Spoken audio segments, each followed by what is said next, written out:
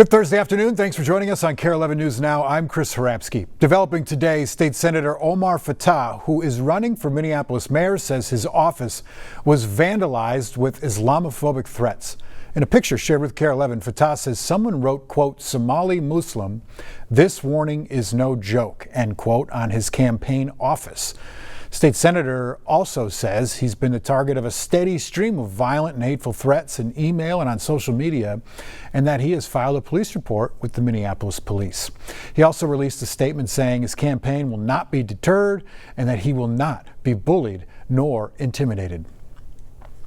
Today, President Trump is expected to sign a new executive order on a TikTok deal. The move clears a path to let U.S. investors buy about 80% of the platform's U.S. assets.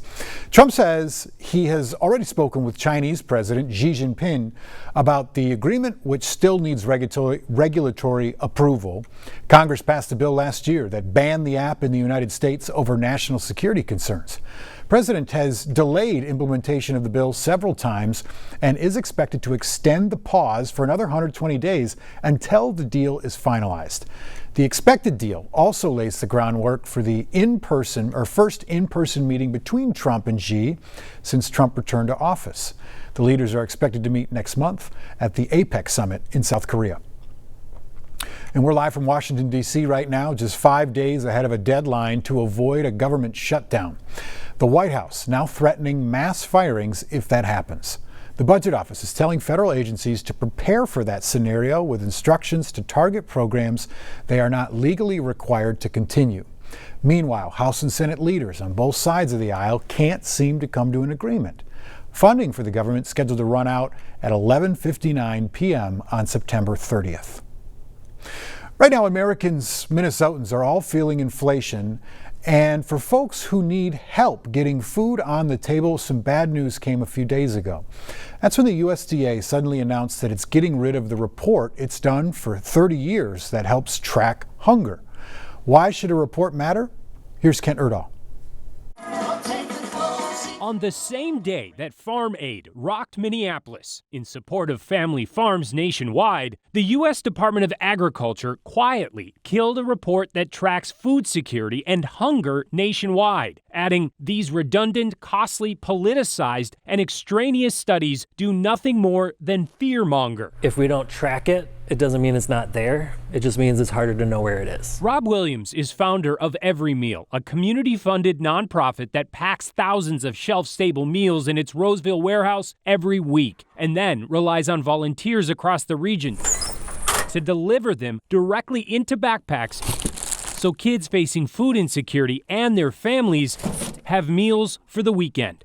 We work in almost 400 schools, but our wait list for schools is 173. He says that's where the USDA report usually comes in. How do we identify which school on our waiting list should we serve? The latest report, which compiled data from 2023, found that 13.5% of U.S. households were food insecure, continuing an upward trend from 2022. But after its final report due next month, the USDA says it will, quote, use the bevy of more timely and accurate data sets available to it. No data is perfect, but when you have multiple sources of data, you can start to put together a more robust picture. Sarah Moberg, CEO of Second Harvest Heartland, says the change puts more pressure on their own statewide survey launched just last year to get a more timely snapshot of need. It found that nearly 20% of Minnesota households reported moderate or low food stability. We're going to be doing it on an annual basis, and for Minnesota, that's going to help us continue to have the direction and the guidance we need to make smart choices with the resources that we're entrusted with. Data is an important part. But she says the survey can't fully replace the federal data, which helps them identify geographic areas of need. And with big federal cuts on the horizon for food stamps, she says questions of need will likely be greater than ever. I think that we will be moving from a hunger crisis to a hunger catastrophe, and the lack of nationwide data will make it more difficult for us to understand the impacts of that type of a policy change. But no matter how difficult, they'll all keep doing the work. We first started with one church saying we're going to feed kids at this one school 15 years ago. We serve 12,000 kids a week now, and that's all community money, not government money. So can the community step up? Yeah, we've done it over and over. We have to. they're part of our community and part of the community's responsibility. Kent Erdahl reporting there. The USDA also claims its hunger report was simply created to support the increase the allotment of SNAP and food stamps, saying it's failed to present anything more than subjective liberal fodder. But look at this map from the latest report, and it's conservative states that appear to have the most to lose. All of the states in dark orange have consistently faced food insecurity above the U.S. average. Developing right now, one person is dead, 3 others are out of their home after a fire in a northeast Minneapolis duplex. Minneapolis Fire says it happened about 11:20 last night on 22nd Avenue Northeast near 93rd Avenue North. That's just across the street from St. Vincent de Paul Catholic School and Church. Fire crews say they found an adult man dead on the first floor and got 3 other people out before putting down the flames. The cause of that fire under investigation. In Minneapolis, a discussion on traffic stops a week after Hennepin County Attorney Mary Moriarty announced her office will no longer pursue felony charges stemming from low-level stops like broken taillights or expired tags. During that discussion, Moriarty took questions from the community alongside Valerie Castile, the mother of Philando Castile, who was shot and killed during a traffic stop over a broken taillight. Moriarty pointing to Ramsey County, which adopted a similar policy in 2021, saying the data shows it works. The data is important there. They're actually, John told me, getting more guns now than they did before the policy. And I think that's because police are actually focusing on developing a case, a legal case to submit, not just kind of relying on hunches or, pulling people over for whatever reason. I think several Hennepin County law enforcement leaders have pushed back on the new policy, which takes effect in mid-October. The Minnesota Police and Peace Officers Association calling it a gift to criminals and a slap in the face to law-abiding Minnesotans. New today, Amazon is paying up for tricking customers into signing up for its Prime membership, then making it hard to cancel them. The $2.5 billion settlement with the FTC is historic. It includes $1 billion in penalties, the largest fine in FTC history, and will pay out $1.5 billion to customers who are unintentionally enrolled into Prime. People eligible for the settlement would have to sign up for a membership through the company's single-page checkout between June 23rd, 2019 and June 23rd, 2025. As part of that settlement, Amazon is not admitting any wrongdoing.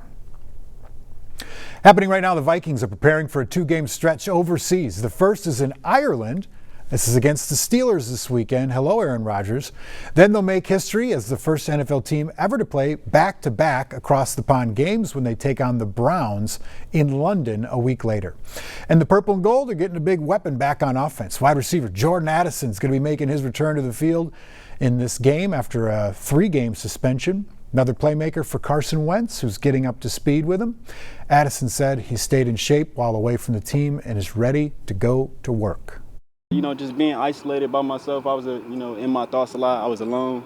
So just being able to come back in the building and, chill with my teammates, crack jokes, laugh, it was a big part in, the process and coming back. Extremely talented. The way he gets in and out of breaks, just kind of his competitiveness. I've seen that from afar. Now I'm looking forward to seeing that up close and personally. But I know I'm excited to have him back. Everybody else is raving about having him back. Meantime, the Lynx are working their way through the WNBA playoffs. Game 3 against the Mercury is tomorrow night in Phoenix. Back here at home, head coach Cheryl Reeve and president of business operations Carly Knox are also working off the court to try to bring a different kind of history to Minnesota. Heidi Wigdahl has more on their big investment into the women's soccer and what it might mean for the Minnesota Aurora. When it comes to Minnesota Aurora FC, there's a lot to cheer about. In the regular season, the team remains undefeated.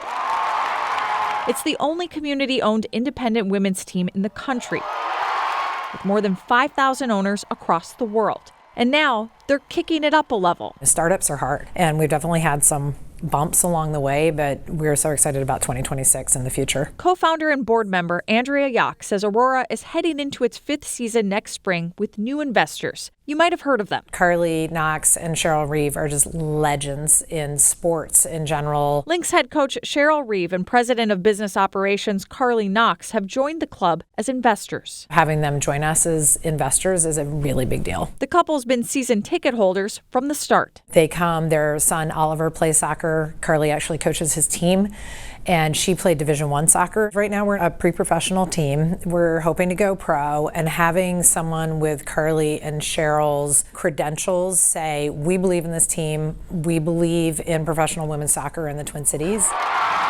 We know it's going to be successful. I think really sends a message to other potential investors that this thing is taking off. Taking off after trying to join the National Women's Soccer League twice. The first time we had no money. The second time we thought we had the investor, and then they dropped after the bids were due and we couldn't find anybody else, so we had to withdraw. So we're hoping now, third time will be a charm whenever that is. While the goal remains, the goal post keeps moving. When we first met about starting Aurora, we really didn't have any idea how big this team was going to be. We could have gotten into the league for $1 million.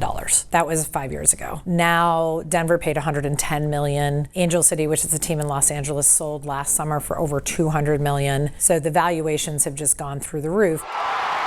But that also means the price of entry has increased quite a bit. In a statement, Knox said, quote, with complete value alignment, we are honored to join the Aurora family and help usher in a new era of women's soccer in Minnesota.